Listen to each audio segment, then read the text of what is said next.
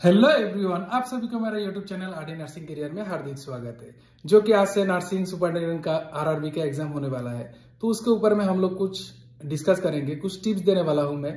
थोड़ा सुन लीजिएगा अच्छे से। इसमें जो 70 मार्क्स रहेगा नर्सिंग से और 30 मार्क्स रहेगा नॉन नर्सिंग से। ठीक है, तो नर्सिंग का 70, नॉन नर्सिंग का 30। तो इसमें आप लोगों का टाइम मैनेजमेंट अच्छे से आप लोगों को करना पड़ेगा। पार्ट ए पार्ट बी ऐसा करके आएगा। ठीक है, नर्सिंग का तो आपको अच्छे से टाइम मैनेजमेंट हो जाएगा, लेकिन नॉन नर्सिंग पार्ट में थोड़ा आप लोगों का टाइम लगेगा। ठीक है, तो उसमें ज्यादा टाइम इतना वेस्ट मत कीजिए, क्योंकि 30 क्वेश्चन है, सबको रीड आउट कीजिएगा। ठीक है, उसमें से आप लोगों का ऐसा होना चाहिए कि आपका 10 to 15 क्वेश्चन, मतलब 15 ऐसा अगर आपने अच्छे से आंसर कर दिया, अगर करेक्ट आपने नॉन नर्सिंग पार्ट से 15 कर दिया, तो उसमें आपका सिलेक्शन होने का चांसेस ज्यादा रहेगा। ठीक है, और नर्सिंग पार्ट में तो जो कि हम लोग नर्सिंग डिपार्टमेंट से ही है, तो सभी लोग इसमें माहिर होंगे। ठीक है, मतलब अच्छे से उन लोगों ने स्टडी किया है। तो नॉन नर्सिंग में आपका 10 to 15 मार्क्स तो आपको चाहिए ही, तब आपका सिलेक्शन होने का चांसेस ज्यादा रहेगा। ठीक है, और नर्सिंग पार्ट में क्या होगा, जो जैसे कि क्वेश्चन आया है, तो अगर आपने क्वेश्चन रीड आउट किया है, रीड आउट करने के बाद ऐसा लगा है कि आपका बी ऑप्शन अच्छा मतलब बी ऑप्शन करेक्ट रहेगा। अगर आपने क्वेश्चन पढ़ने के बाद अगर डायरेक्ट आपको ऐसा फील हो गया है, तो मेरा हिसाब से उसमें जाने से बेटर रहेगा। क्योंकि अगर आपने ज्यादा रिव्यू करने का सोचा है, तो उसमें क्या होता है, रिव्यू करने से आपको थोड़ा कंफ्यूजन रहेगा। तो अगर आपने बी के जगह डी मार दिया, ठीक है, तो उसमें क्या होगा, रॉन्ग होने का चांसेस ज्यादा रहता है। ठीक है, और एक बात, जो आपको टोटली नॉलेज नहीं है किसी क्वेश्चन का, तो तुक्का उसमें मत मारिए। क्योंकि अगर आप जितना तुक्का मारोगे, उतना आपका चांसेस, मतलब सिलेक्शन होने का चांसेस कम हो जाएगा। ठीक है, तो पहला आप ट्राई कीजिएगा, आपको जितना क्वेश्चन आपको डायरेक्ट आता है वो सब आंसर कीजिएगा।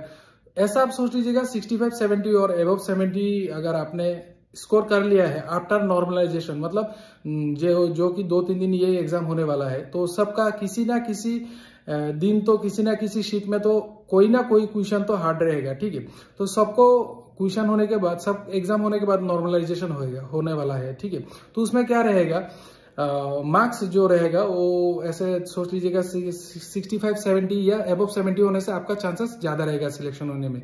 अभी आपको फोकस क्या करना है, आपको 75 to 80 अगर आपने क्वेश्चन कर लिया अच्छे से, तो उसमें से तो आपको थोड़ा रॉन्ग रहेगा, वो तो 100% है। ठीक है, तो अगर काट के 70 अबव 70 आंसर मार्क्स आ गया, तो उसमें आपको सिलेक्शन होने का चांसेस ज्यादा रहता है। आप ऐसा मत सोचिए कि आपने 90 कर लिया या 95 कर लिया। तो अगर आपको आता है तो आप करो, कोई दिक्कत नहीं है। और अगर आपको नहीं आता है, फिर भी आपने खुद को मतलब माहिर समझ के, अगर आपने 30 मार्क का समझ के अगर आपने आंसर कर लिया है, तो आपका तो गया। ठीक है, नहीं आता है तो डायरेक्टली छोड़ो। थोड़ा कंफ्यूजन है तो रिव्यू करो एक बार। ठीक है, और अगर ज्यादा कंफ्यूजन हो रहा है तो छोड़ दो। ठीक है, और आप क्या करेंगे, एलिमिनेशन मेथड जो है, ठीक है, एक एग्जाम में 4 क्वेश्चन एमसीक्यू में 4 ऑप्शन रहता है, उसमें से 2 आपका ऐसा टाइप का एमसीक्यू ऑप्शन रहेगा जो कि टोटली गलत है। ठीक है, तो आपको वो एलिमिनेशन करना पड़ेगा पहले, कि 4 में से 2 आपको एलिमिनेशन कर दो। ठीक है, और बाकी जो 2 है उसमें से आपको ज्यादा कौन सा करेक्ट लग रहा है उसमें आप जा सकते हैं। ठीक है, मैं ये नहीं बोलूंगा कि उसमें ही जाओ। अगर आपको दोनों में कंफ्यूजन लग रहा है तो लीव इट। ठीक है, और अगर नहीं आ रहा है आपका, कि आपने 60 क्वेश्चन किया है, अगर आपका नहीं आ रहा है, तो उसमें आप जा सकते हो। ठीक है, क्योंकि अगर 60 क्वेश्चन करने से आपका ऐसे भी सिलेक्शन होने का चांसेस कम हो जाएगा।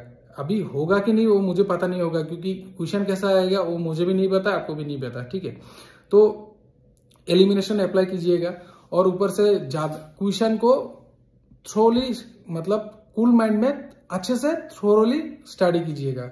ठीक है, तब आपको क्या होगा, अगर आपने क्वेश्चन थोड़ा पढ़ के फिर ऑप्शन देखा है, तो ऐसा होने से आपका गलत होगा।